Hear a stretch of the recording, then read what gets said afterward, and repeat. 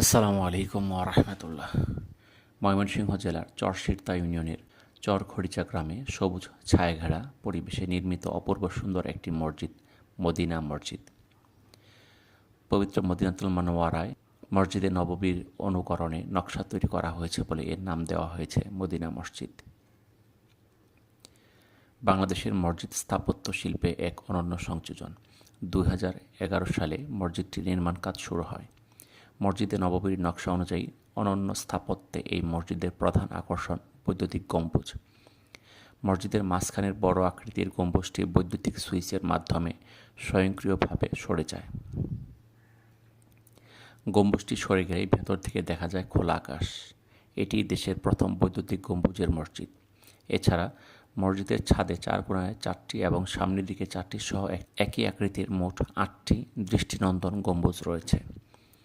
দুই পাশে দাঁড়িয়ে আছে 4 তলার ছাদ থেকে 160 ফুট উচ্চতার শৈল্পিক কারুকার্য খচিত দৃষ্টিনন্দন দুটি মিনার।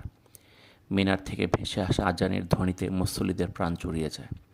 4 তলা বিশিষ্ট মসজিদটির নিচতলায় কাতারের সংখ্যা 17, দ্বিতীয়, তৃতীয় ও চতুর্থ তলায় কাতারের সংখ্যা 20। প্রতি কাতারে নামাজ আদায় করতে পারেন 110 জন মুসল্লি।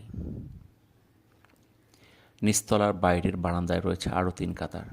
মসজিদের মেঝে সহ ভেতরের অংশে ব্যবহার করা হয়েছে মার্বেল পাথর। মসজিদের প্রবেশমুখের স্তম্ভগুলোতে লাগানো হয়েছে মিরর টাইলস। সুবিশাল সেগুন কাঠের দরজার বাহারি কারুকার্যে ফুটিয়ে তোলা হয়েছে মন করা নান্দনিক নকশা। প্রশস্ত 4টি সিঁড়ি দিয়ে সহজে ওঠানামা করতে পারেন মুসল্লিরা। মসজিদে প্রবেশের জন্য রয়েছে ছোট বড় 6টি কাঠের দরজা।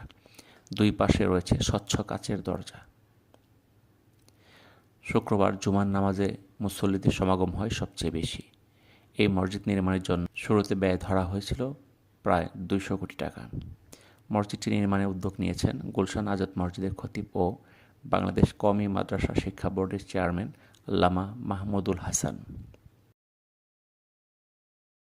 শম্ভুগঞ্জ পরাণগঞ্জ সড়কের পাশে অবস্থিত এই মসজিদ ময়মনসিংহ শহর থেকে ব্রহ্মপুত্র নদ পার হয়ে খুব সহজেই আসা যায় এখানে।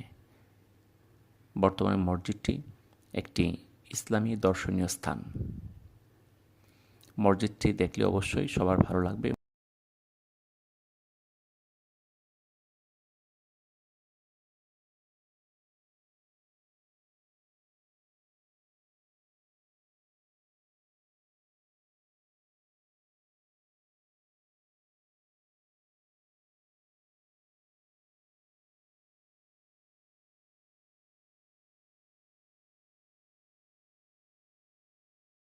মসজিদের সাথে রয়েছে এক সুবিশাল মাদ্রাসা, যেটি দ্বীনি শিক্ষার একটি অন্যতম প্রতিষ্ঠান।